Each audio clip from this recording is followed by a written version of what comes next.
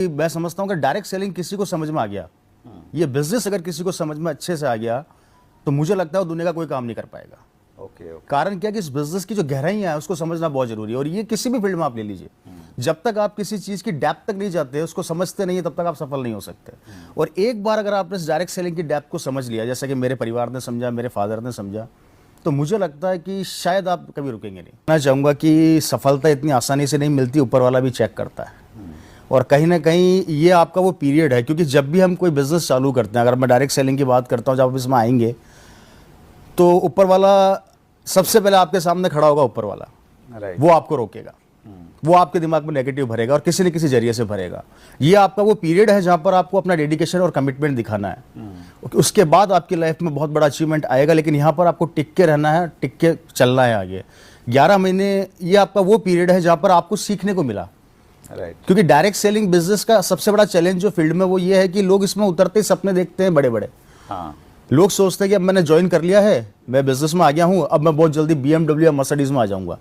लेकिन मुझे ऐसा लगता है कि BMW मर्सिडीज से पहले उसको अपने वो छोटे छोटे सपनों के ऊपर कॉन्सेंट्रेट करना चाहिए, जहां से उसका बिजली का बिल कंप्लीट हो, बच्चों की फीस जाए। तो एकदम बड़े सपने देखने के बाद जब वो सपने पूरे नहीं होते तो इंसान बहुत तेजी से टूटता है। मतलब सपने बड़े होते हैं और टाइम ड्यूरेशन जो है बहुत कम बहुत होता है। कम वो सेट करते हैं। जबकि मेरा ऐसा मानना है कि सपनों को छोटे रखो और टाइम ड्यूरेशन को बड़ा रखो, तो आप इस बिजनेस में बहुत बड़ी सफलता ले पाएंगे। लेकिन अगर आप आते ही ये सोचे कि नहीं मुझे सीधा ही बहुत बड़ा अचीवमेंट लेना है या मुझे किसी कंपनी का डायमंड बनना है, तो डायमंड बनने के लिए देखिए छत पे जाने के लिए पहली सीढ़ी को चढ़ना बहुत जरूरी है। डायरेक्ट छत पर तो आप जा नहीं पाएंगे। राइट। तो मैं आपसे ये कहना चाहूंगा सर, ये आपका वो पीरियड है जहां पर आप अपने सपनों को छोटा करें और अपने काम को बड़ा करें। हाँ, और दूसरा सर ये चूंकि नेटवर्किंग की जो नेचर है वो इस प्रकार से है कि पहले आप खुद सीखते हैं, फिर टीम बनाते हैं, फिर टीम को सिखाते हैं। ये टाइम टेकिंग जॉब है। जी जी, तो इसमें टाइम लगेगा। बिल्कुल सर, चलिए, बिल्कुल। That's great.